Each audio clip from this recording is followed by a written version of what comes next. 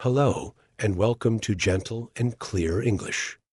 Here, you will have great experiences with real stories in a clear, slow, and educational way about everyday life in America and around the world.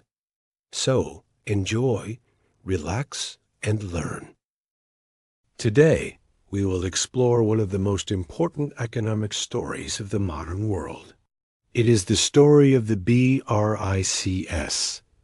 a group of countries that are rising in power and influence, and that could one day challenge the financial dominance of the United States and its currency, the dollar.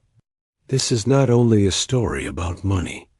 It is a story about power, politics, trust, and the future of the global economy. In this lesson, you will learn about how the world's financial system works, how it became dominated by the dollar, and why some countries now want to change that. Could this be the beginning of the end for the dollar? Or is this just another challenge that the United States will survive? Let's discover together. Our story begins more than 70 years ago, at the end of World War II. After the war, the world needed to rebuild. Countries needed stability. They needed a strong financial system to support international trade, investment, and growth. In 1944, leaders from 44 countries met in a place called Bretton Woods, in New Hampshire, United States. At this conference, they created a new financial system for the world. This system was designed to avoid the mistakes that had led to the Great Depression and the war. At the center of this new system was the U.S. dollar. The idea was simple. Instead of every country using its own currency for international trade, the U.S. dollar would become the global currency for business between nations. The dollar was backed by gold. Every U.S. dollar was convertible to a fixed amount of gold, which gave it stability and trust.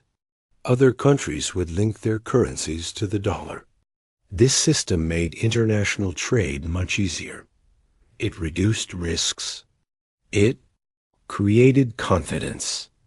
And for the United States, it created a powerful advantage.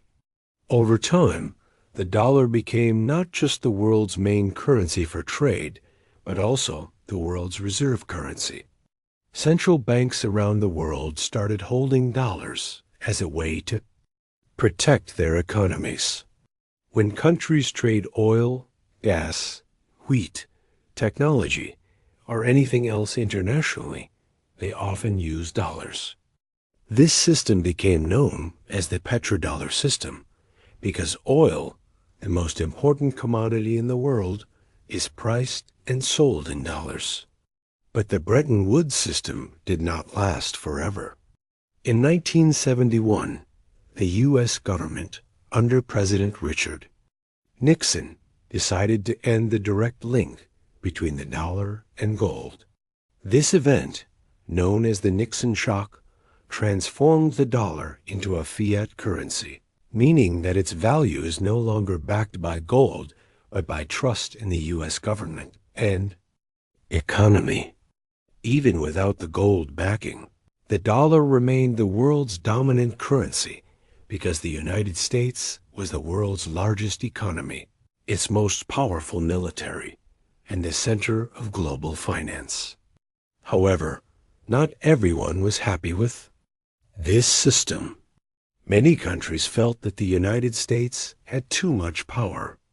The dollar gave the U.S. the ability to print money, borrow cheaply, and impose sanctions on other nations.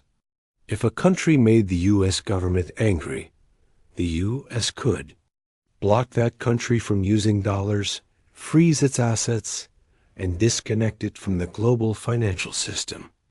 This happened to countries like Iran, Venezuela, North Korea, and more recently, Russia. This is where the story of BRICS begins. In the early 2000s, it became clear that some large developing countries were growing very fast. Their economies were becoming more important in the world. In 2001, the British economist Jim O'Neill used the term BRIC to describe four of these countries: Brazil, Russia, India, and China. He believed that these nations would play a major role in the world's economy in the future. In 2010, South Africa joined, and the group became BRICS. At first, BRICS was just a political and economic dialogue. The leaders met to discuss cooperation, development, and how to make their voices heard in a world dominated by the United States and Europe. But as time passed, the BRICS countries began to think more seriously about creating real alternatives to the U.S.-led financial system. In 2014, they created the new Development Bank. This bank was designed to finance infrastructure projects in BRICS countries and other developing nations. It was a response to the World Bank and the International Monetary Fund, which are seen by many as tools of Western power. But the most radical idea came later. In 2023 and 2024, BRICS leaders began seriously discussing the creation of a common currency, a currency that would allow them to trade with each other without using the dollar. This is a very big deal because it directly challenges the dollar's role as the king of global money. Why would they do this? The answer is simple: independence. By using their own currency, BRICS countries can protect themselves from U.S. sanctions. They can avoid the risks of currency fluctuations related to the dollar. They can also save money on transaction fees, because converting currencies always costs money when the dollar is the middleman. The idea is especially attractive to countries like Russia and China. After the war in Ukraine began, the United States and its allies froze hundreds of billions of dollars that belonged to Russia. They cut Russian banks from SWIFT, the international financial messaging system. This was a huge shock to Russia and to other countries watching the situation. It showed them that the dollar could be used as a weapon, and it made the idea of creating an alternative even more urgent. China also has its reasons.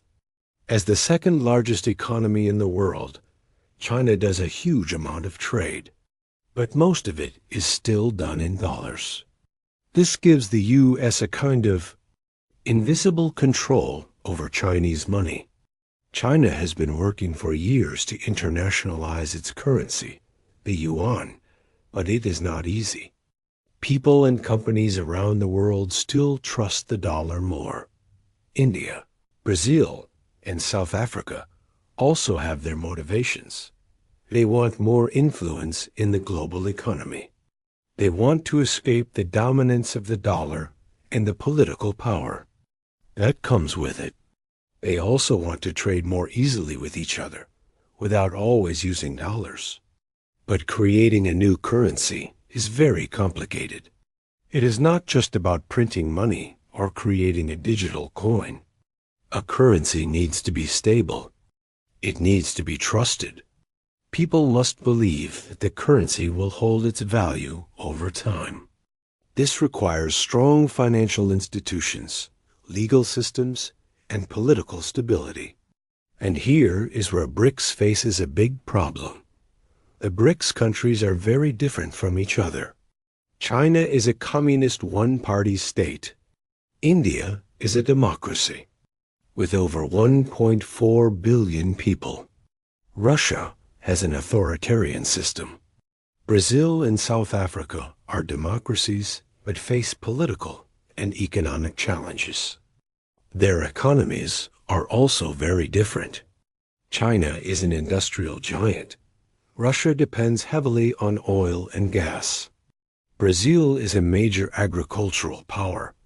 India has a huge services sector. South Africa has a mix of mining, services, and industry. These differences make it very hard to create a currency that works for all of them. Who will control it? Where will it be based? How will disputes be resolved? Will it be backed by gold, by a basket of commodities, or just by trust? There is also the problem of internal rivalries. For example, India and China have a long history of border conflicts. They compete for influence in Asia. Their relationship is full of mistrust. This makes cooperation more difficult. Despite these challenges, BRICS is moving forward. They are not trying to replace the dollar overnight. Instead, they are starting with smaller steps. They are increasing trade in their own national currencies. For example, India is buying oil from Russia in rupees. China is paying for some imports using yuan. Brazil and China have signed agreements to settle trade in their own currencies. These are small but important steps toward reducing dependence on the dollar. At the same time, the BRICS group is expanding. In 2024, new countries joined BRICS, including Saudi Arabia, Iran, Egypt, Ethiopia, and the United Arab Emirates. This is a significant shift. These countries bring huge amounts of natural resources, especially oil and gas. If major oil producers like Saudi Arabia and the UAE start selling oil in currencies other than the dollar, this could shake the foundations of the petrodollar system. Imagine a world where China buys oil from Saudi Arabia using yuan, or where India buys gas from Iran using rupees, or where Russia sells wheat to Egypt in rubles. This is the vision that BRICS is building. It is a world where countries have more choices, and where the dollar is just one option, not the only option. But how realistic is this vision? Opinions are divided. Some experts believe that the dollar's dominance is too deeply rooted to be challenged anytime soon. The U.S. has the largest financial markets, the most liquid bonds, the safest investments, and the strongest legal protections. For investors, these are things that take decades to build. Others argue that change is inevitable. The U.S. debt is very high. Its political system is increasingly divided. Other countries are tired of being dependent on a currency that can be used against them. As BRICS grows and technology advances, the barriers to creating alternative financial systems become lower. Digital currencies could play a key role. Unlike traditional money, digital currencies can be created and managed on blockchains. They can be fast, transparent, and secure. China's digital yuan is already in advanced testing. Other countries are exploring central bank digital currencies. A digital BRICS currency would be easier to use across borders than paper money. There is also a psychological shift happening. For decades, the world trusted the United States to be the leader of a stable, rules-based global order. But in recent years, that trust has been shaken. Wars, economic crises, political divisions, and sanctions have made many countries question whether it is wise to depend so much on one country's currency. This does not mean that the dollar will disappear. The U.S. remains an economic and military superpower. Its financial system is still the safest in the world. But it does mean that the future could be more balanced.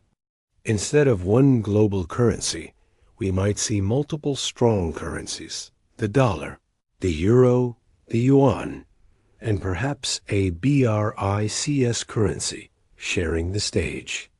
For now, the BRICS Revolution is still in progress. It is a process that will take years, maybe decades, but it has already started. And it is changing the way countries think about money, power, and independence. Whether the dollar is truly in danger remains to be seen. But one thing is certain: The world is watching. Investors are watching. Governments are watching. And ordinary people like you and me are part of this story too, because the future of money affects everyone. Thank you for watching this story in gentle and clear English. If you enjoyed it, please like the video, subscribe to the channel, and leave a comment below. What do you think about this? Is the BRICS Revolution a real threat to the dollar? Or is it just a dream that will never come true? Write your opinion in the comments. See you in the next story.